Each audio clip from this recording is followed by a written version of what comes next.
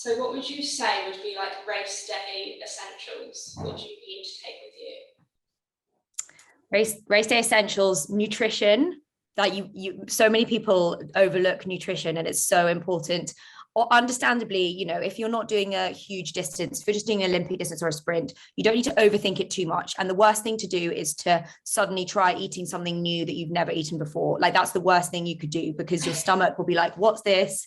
But just, I would say, and also people overdo the carb loading. You need to make sure you eat some simple, complex carbs the day before and in the morning, but you don't need to eat like a ton, like 2 tons of pasta, because you'll probably be sinking a swim and you'll feel really gross and full. But, try to cut down on fiber. So fruit and veg, you should like minimize that the day before, because, you don't want a funny tummy or anything during the run. And yeah, just simple food, like plain pasta with some cheese, porridge in the morning. It's not rocket science, but definitely don't overthink it.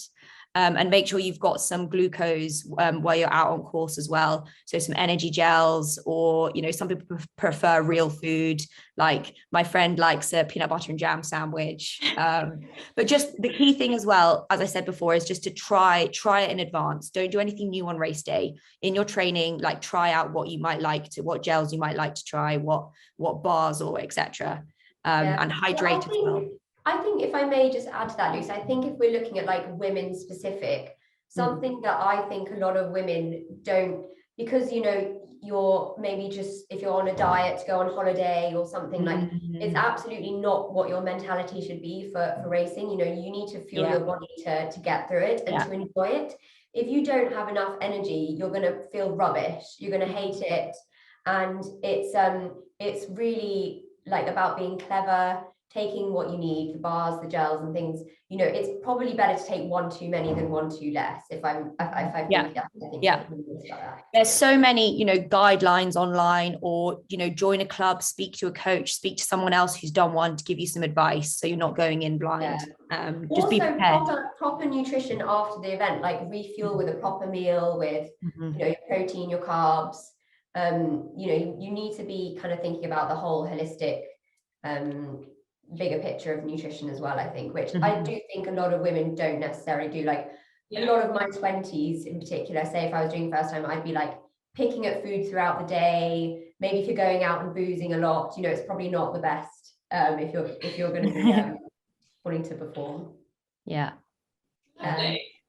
then other tips for women, I'd say maybe women should be a little bit more conscious of their clothing, and especially the weather conditions. I mean, it's the same for men and women, but women might get a bit colder. So maybe if it's like a cold day, take a light windproof jacket. And then you can always, for the bike, if you get too hot, you can always take it off and roll it up and put it in your bag. Put it in your pocket, and maybe some gloves as well. Whereas some bigger men might not get as cold. And then also having some good cycling shorts, or a good tri-suit with like the correct padding around the bum, etc. Definitely. You can, and I would definitely go for a female specific shorts, because they're just made to fit female body shape better. There are a couple of brands that do it really well. Santini, actually a partner of ours, and they do super amazing products for women. I'm sure there are others out there as well.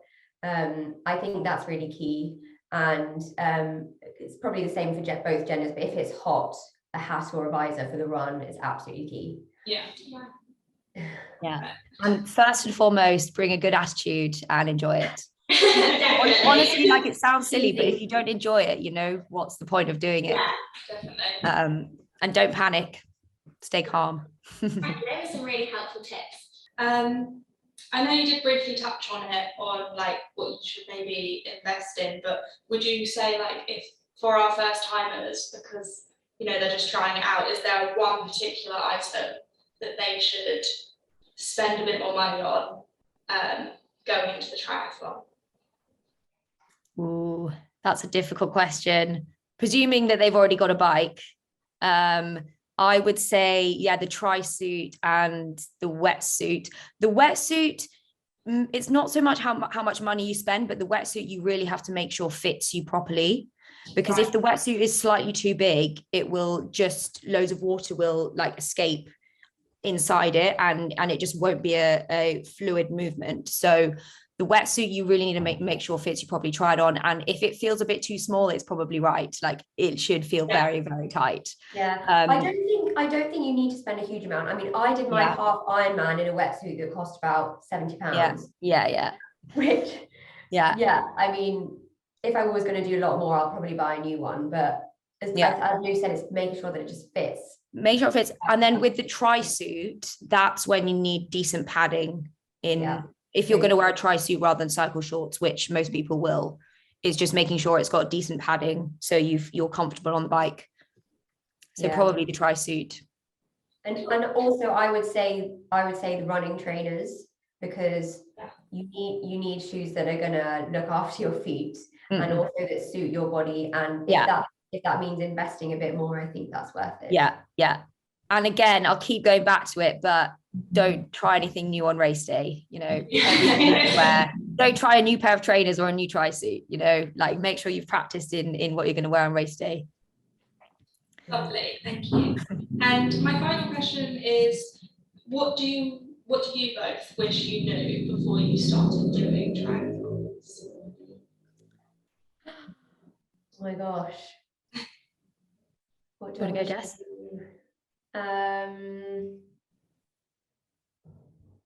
I wish. Go ahead. Oh, I just wish that it was like not seen as such a. Like, obviously, it's a huge achievement, and it's amazing when you cross that finish line and like, wow, I've done all this training and now I've achieved it and everything. But it's, you know, at first it was quite a daunting prospect, and it would have been nice for someone to be like, actually, it's not that big a deal, you know, like it's a great challenge, but you can definitely do it. Like, don't be so scared, you know. Like, we need to have listened to this chat before our first. Yeah, exactly. I think I slept for about 2 hours the night before. If that. Yeah, that's so true. That's so true. I wish I mean, not necessarily something I wish I'd known, but I wish I'd been a little bit more organized for my transitions, because they've historically been pretty terrible for me. And you can, if you're looking for a faster time, you can make that up quite a bit in transition, but just make sure you've got your space nice and clean, nice and prepared and everything. But otherwise, I think I totally agree with Lucy. It's like, you actually are going to have so much fun. So try and just think of that positive and excitement rather than being really scared. And also, you know, join a local club if you want to make some friends as well. And it really helps with the training, because you're not doing it on your own. You're doing it with like-minded people. You can, you know, there's so much extra support as well. I really, really loved the club that I joined, met so many friends for life through it as well. And it's nice to have that community feel. Cool. There's so many different clubs out there. Yeah, there are. There's a lot in the area as well, and a few that take part. So really encouraging our triathletes to take part in the clubs is something that we definitely need to push a bit more.